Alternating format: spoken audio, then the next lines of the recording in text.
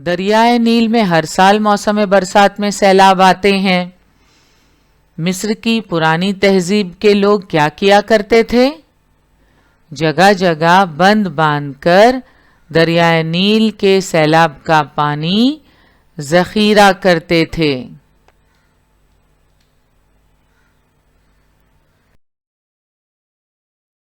ذخیرہ کیے ہوئے پانی میں موجود مٹی نیچے بیٹھ جاتی تھی۔ مٹی نیچے بیٹھ جانے کے بعد اس پانی سے سینچائی کا کام لیا جاتا تھا۔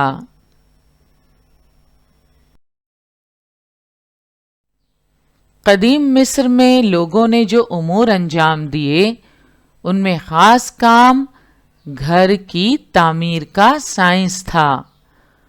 وہاں کے احرام اور عبادت خانوں کی عظمت اس بات کی گواہ ہے۔ عمارتیں تعمیر کرنے کے لیے انہوں نے بطور خاص مٹی کی کچی اینٹیں اور پتھر استعمال کیے۔ ریاضی، طب، آبپاشی کا طریقہ جیسے میدانوں میں انہوں نے خوب ترقی کی تھی۔ وہاں بہترین قسم کے آبی جہاز تعمیر کیے جاتے تھے۔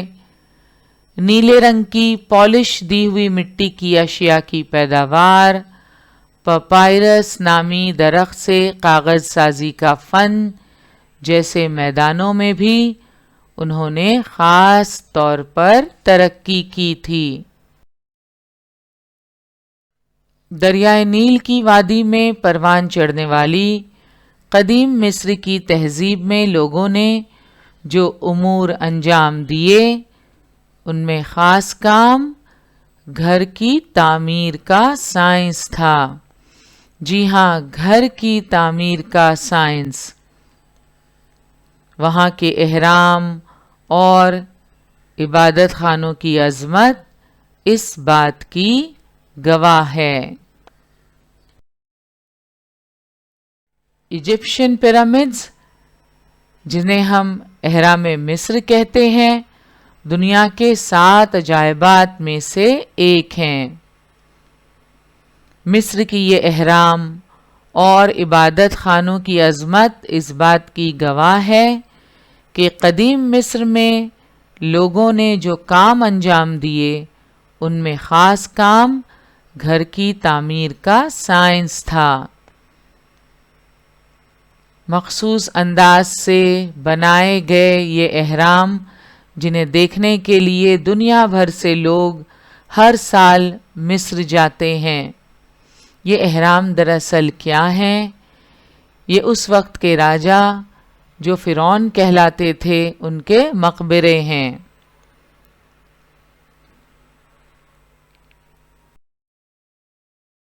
عمارتیں تعمیر کرنے کے لیے قدیم مصر میں لوگوں نے بطور خاص مٹی کی کچی اینٹیں اور پتھر استعمال کیے۔ وہاں بہترین قسم کے آبی جہاز تعمیر کیے جاتے تھے۔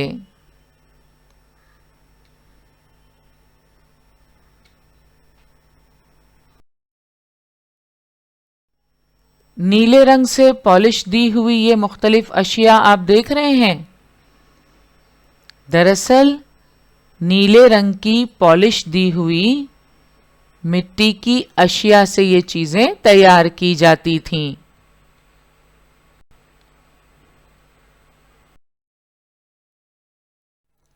پپائرس نامی درخت سے کاغذ سازی کے فن میں قدیم مصر میں لوگوں نے خاص ترقی کی تھی۔ یہ پپائرس کا درخت آپ دیکھ رہے ہیں اور دوسری طرف اس سے تیار کیا ہوا یہ کاغذ، دونوں کتنے مختلف نظر آ رہے ہیں۔ تو پپائرس درخت سے کاغذ کس طرح بنایا جاتا ہے آئیے دیکھتے ہیں۔ یہ ہیں پپائرس سے کاغذ بنانے کے مختلف مرحلے۔ کس طرح پپائرس درخت کی چھال نکالی جا رہی ہے، اس کی ٹہنیوں کو باریک باریک کاٹا جاتا ہے بہت ہی پتلا اور انہیں خاص ترتیب سے اس طرح رکھتے ہیں، ایک دوسرے پر چپکایا جاتا ہے اور اس طرح ایک گول پتھر سے اس پر دباؤ بنایا جاتا ہے اور پھر کچھ دنوں بعد اس طرح یہ کاغذ تیار ہو جاتا ہے اور پھر اسے لکھنے کے لیے استعمال کرتے ہیں، تصاویر بنائی جاتی ہیں۔ مصر کا قدیم رسم الخط آپ دیکھ سکتے ہیں اسکرین پر، جو پپائرس درخت سے تیار کیے ہوئے کاغذ پر لکھا ہوا ہے۔ تو یہ ہیں پپائرس درخت سے کاغذ بنانے کے مختلف مرحلے۔ تو یہ ہے دریائے نیل کی وادی میں پروان چڑھنے والی مصر کی قدیم شہری تہذیب، جسے ایجپشن سویلائزیشن کہا جاتا ہے۔ انشاءاللہ اگلے ہفتے ہم قدیم چین اور ذیلی براعظم بھارت میں ہڑپا تہذیب کا مطالعہ کریں گے۔ آج کا ہمارا سیشن یہیں مکمل ہوا، انشاءاللہ اگلے سیشن میں ضرور ملیں گے۔ السلام علیکم۔